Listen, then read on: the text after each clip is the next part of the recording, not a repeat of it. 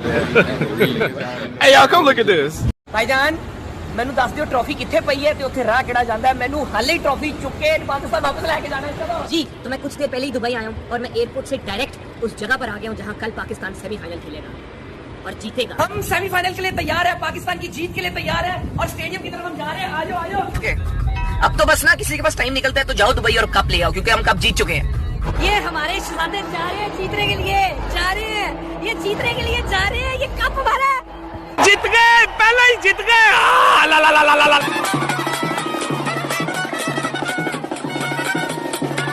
This is a match winning To the fire.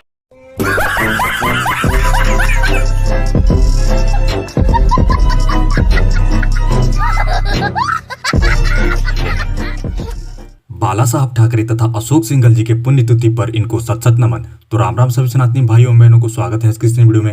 आज की इस वीडियो में अंत तक बने रहिएगा और वीडियो का कोई भी पार्ट आप लोग मिस मत कीजिएगा और हो सके तो वीडियो को आगे शेयर भी कर दीजिएगा। तो चलिए आरंभ करते हैं आज की इस वीडियो को। जय महाबली हनुमान की, समय है रक्त स्नान की, जो वीर लड़के प्राण दी वो शेर धर्म हिंदू है।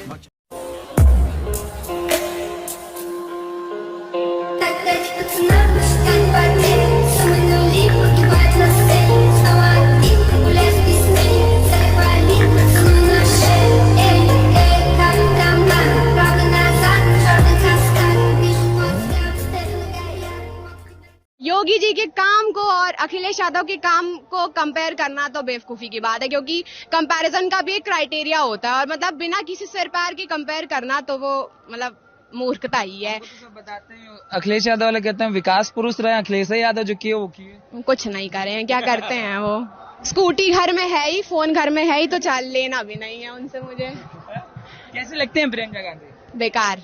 राहुल गांधी बेकार। प्रियंका गांधी को अवश्य जानते हैं, बट अगर ये कार्य उन्होंने पहले के सालों में करने की कोशिश की होती, महिला सुरक्षा और आपने अभी स्कूटी की बात करी, तो अगर पहले करने की कोशिश की होती तो शायद अब ज्यादा हम लोग प्रभावित होते। जब ऑलरेडी हम देख रहे हैं कि कुछ ना कुछ काम हो रहा है। मैं जिस कॉलोनी में रहती हूँ वहां पे मैंने देखा कि वहाँ खंभों को अंडरग्राउंड किया जा रहा है, गैस लाइन अंडरग्राउंड की जा रही है। तो जब हम आसपास अपने विकास देखते तो ही तो हम समझते कि कुछ अच्छा कार्य हो रहा है हमारे आसपास।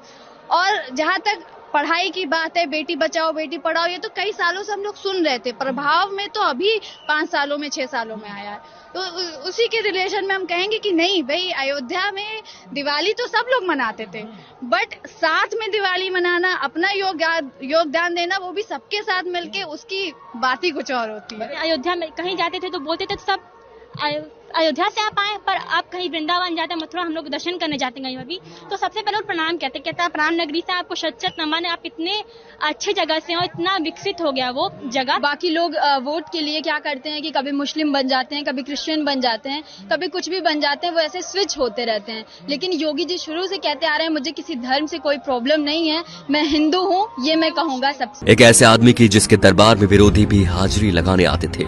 इनका नाम था बाला साहेब ठाकरे। चांदी के सिंहासन पर बैठने के शौकीन बाल ठाकरे खुलेआम धमकी देते थे।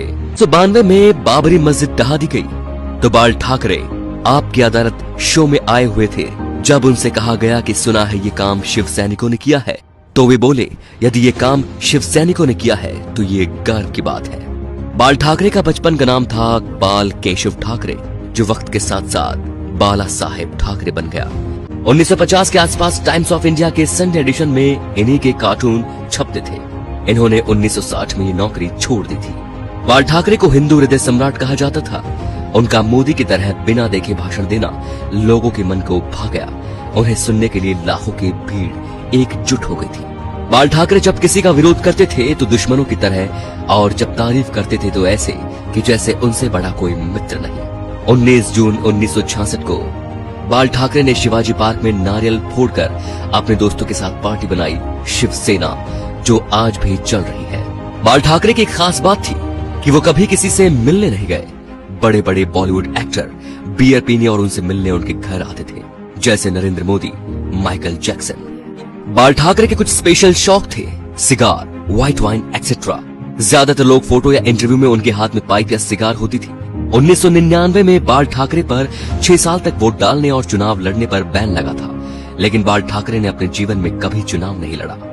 अपनी मौत से 2 महीने पहले ठाकरे का एक बयान आया कि आर्मी मेरे हवाले कर दो, मैं देश को 1 महीने में ठीक कर दूंगा।